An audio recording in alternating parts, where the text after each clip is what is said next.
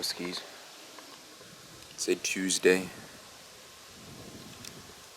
What did we do on Tuesdays? No, I'm trying to act like... Man, I want to run this show differently than how I've been running it. I'm gonna do the next 1,000 days completely differently. This first 1,000 days, it seems to me, 700 and odd days have gone by. Okay, whatever. And it's been a struggle. Not entirely, but like if you always dream bigger than what your budget is, then it becomes a struggle. Or dreaming, if you were only dreaming, then not. But if you start executing, building a handful of companies at the same time with absolutely minimal budget, then it becomes a struggle, and it's not as much fun as you might think. I mean, it is huge fun to be building all this stuff. Don't get me wrong, this is a very unbiased, very direct message to all of you. It is fun. It is fun because you're young, you get to work with your friends, you get to chill, you get to do whatever you want basically. No one can come here and tell me what to do. Or anyone can come here and tell me what to do, but I don't have to listen to anyone. So, that's great stuff. But if I was only running one company right now, or building one product, it would be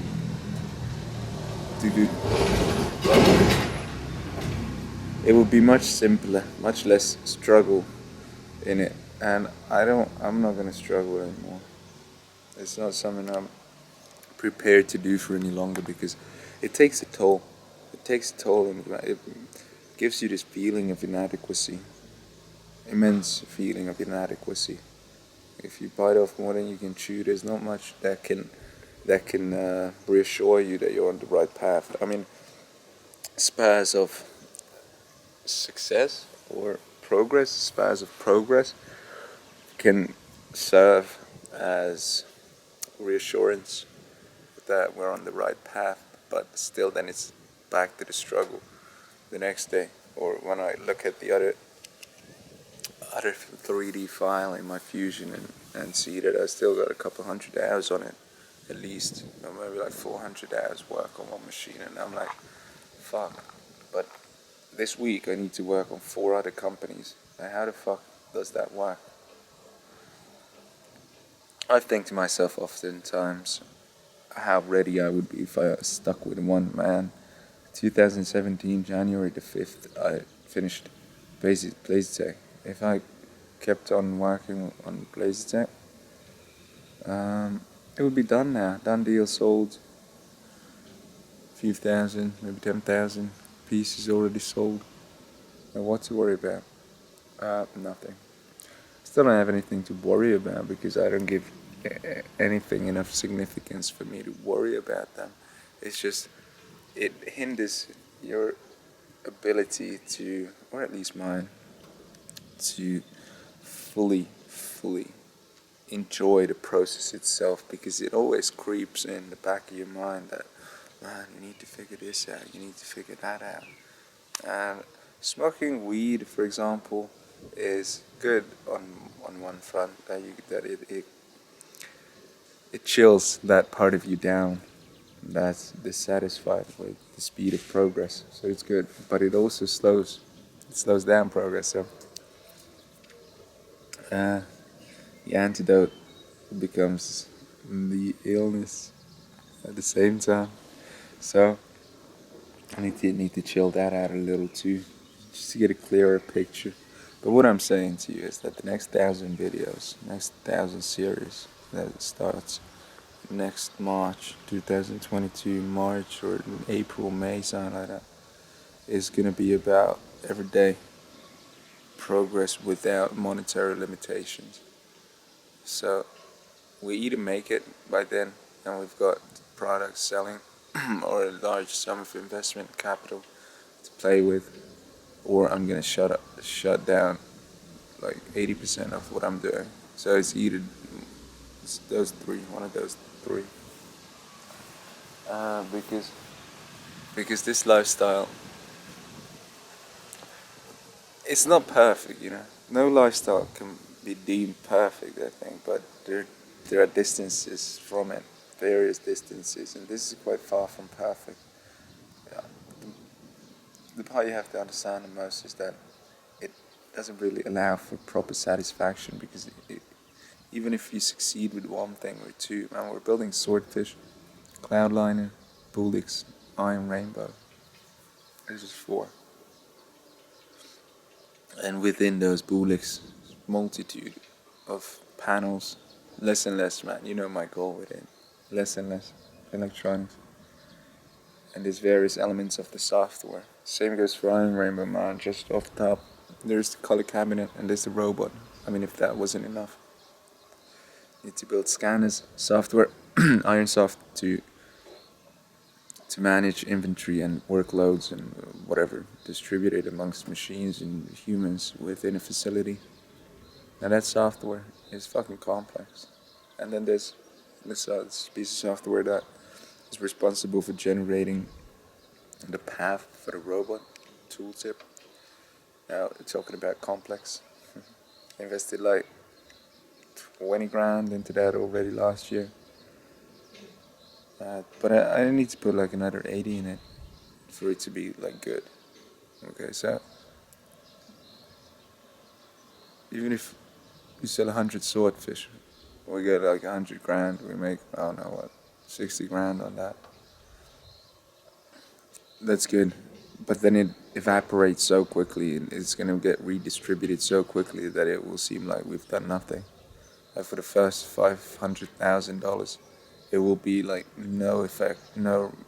Maybe I'll get another car for 3 grand, like that's the most that I could take care from the first $500,000 that we make because that's just how deep we're in all of these builds. Whereas if you were building one thing and it succeeds, then you reinvest your profits in that, and you still need to reinvest. Don't get me wrong; it's not like you get money and that means you got money. It means that the company can speed up its development. But at least it doesn't take all the money on end, like endlessly. We'll see about it. I'm just letting you know. I'm very peaceful at the moment, calm, not disturbed by any of this that I'm talking about. It definitely broadens my mind's reach that it must go through. Like it must reach depths that I wouldn't normally need to access to solve all of these. Imagine the burden of this. Of sitting here and being like, okay, these people depend on me.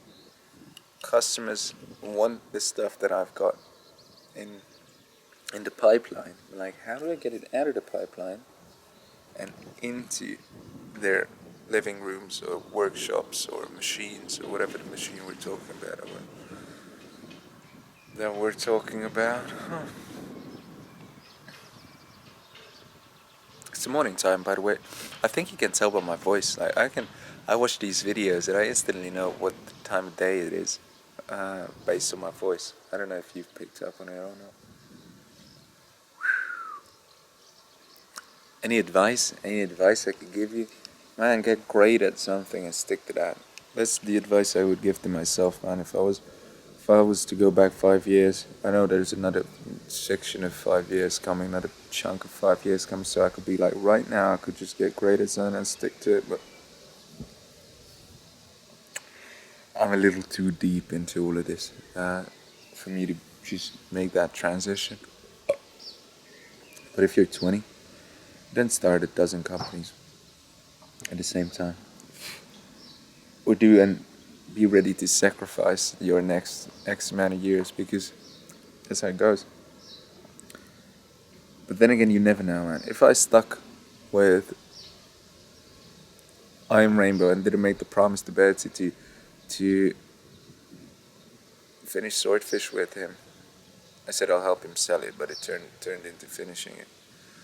Then who knows what the level of the robot would be? Would I be building robots out of steel? What the fuck? Would that be a dream? And it definitely broadens your ability and necessity to dream, man. Because to undertake bigger tasks, you need bigger dreams to keep you going. Because if it was like 4 times the workload, the same dreams that you could reach with building only one of them, you'd be asking yourself like, what the fuck? What's the payoff? Why would I do it?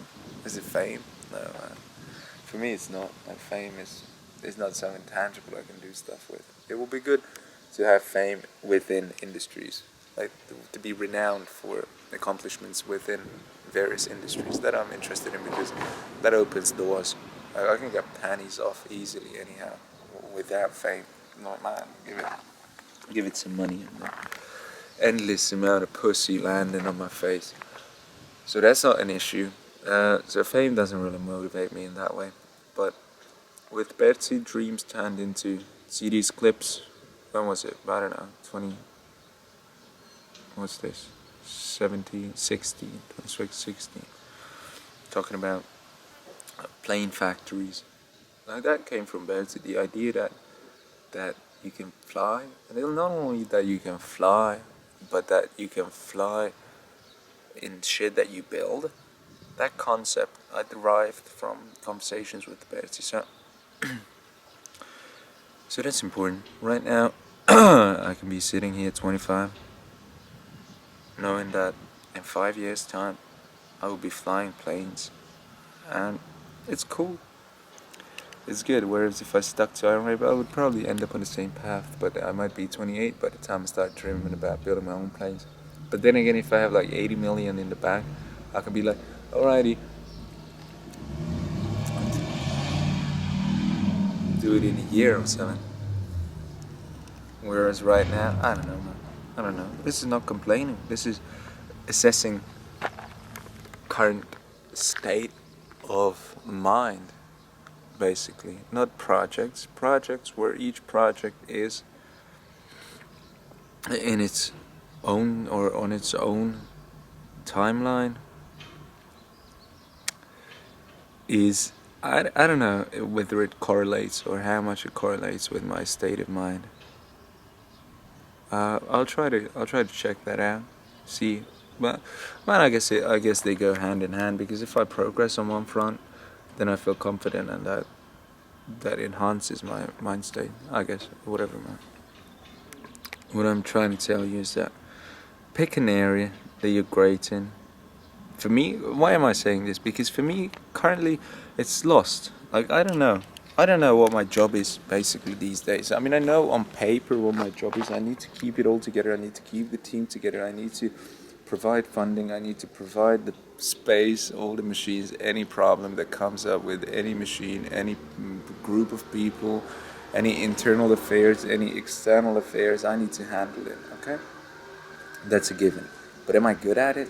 Man, we've been at this for years and we haven't really made significant progress. So I could be like, well, maybe that's not my area of expertise. I could be like, oh, maybe I'm just not there yet. I'm not great at it yet, but I'm working on it. Taking risk isn't really an area of expertise. I can take humongous amounts of risk, like investing in shit coins, losing like 50 grand on a stupid shit coin. Man, that's fucking risky. But it's easy to do. But I'm thinking, what is my area of expertise? Is it mechanical design? Am I mechanical designer? Who knows? Designing machine parts. Maybe my expertise is the combination of knowing how stuff is built and arranging for it to be built. And that's what I think is my area of expertise. But you see, you've got an idea of yourself, of what you want to do, or what running a company would require you to do. And then you start running that company and it just ends up being everything but. Like, I opened a powder coating store. I wanted to do sales. And then I ended up painting and doing shit in the workshop that was very inefficient use of my time. And then I shut that down. I was like, okay, let's design robots. But at the same time, I was like, let's help Bertie sell swordfish. And I ended up doing everything but sell. I haven't even sold a fucking swordfish in 2 years' time. Not because I can't sell it, but because it's not ready. And I ended up spending time in a workshop trying to fix fucking swordfish to get it ready for production. So is it me interfering in other people's shit? Well, not necessarily, because people I'm helping are incompetent in that area. So I'm not taking away work from them, but rather accelerating the process. But maybe I'm lacking on the front that I shouldn't be getting down and dirty and doing all these things, but I should be hiring efficiently. But for that, I would need to secure funding. But that is a catch-22 because I don't want to secure any funding for a company that can't even produce a perfect prototype. It might sound counterintuitive to you because you could argue, man, venture capital exists to perfect your prototype and to do this, to do that, man. Yeah, whatever. I don't care. I don't care. That gives you a shitty deal. If you don't have a prototype, if you don't have a confident plan for manufacturing, a well designed, well thought out manufacturing plan, then you get a shitty deal.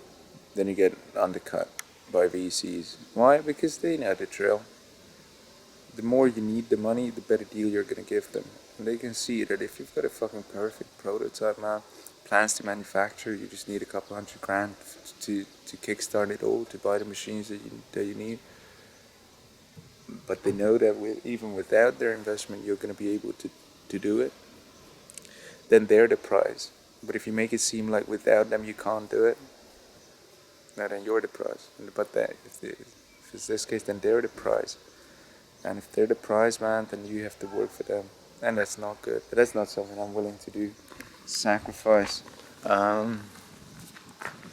Sacrifice not myself, but sacrifice my integrity of like bowing down to people who just because they have money. I don't care about that. So we need to clean this place up. Finish the painting on the wall. Paint the roadmap from Cloudliner to planes flying over my own city. It's a 5-year roadmap. We need to get that on the wall, get the whole team focused on it, and then get to work. 5 years, that's a little under 2,000 days.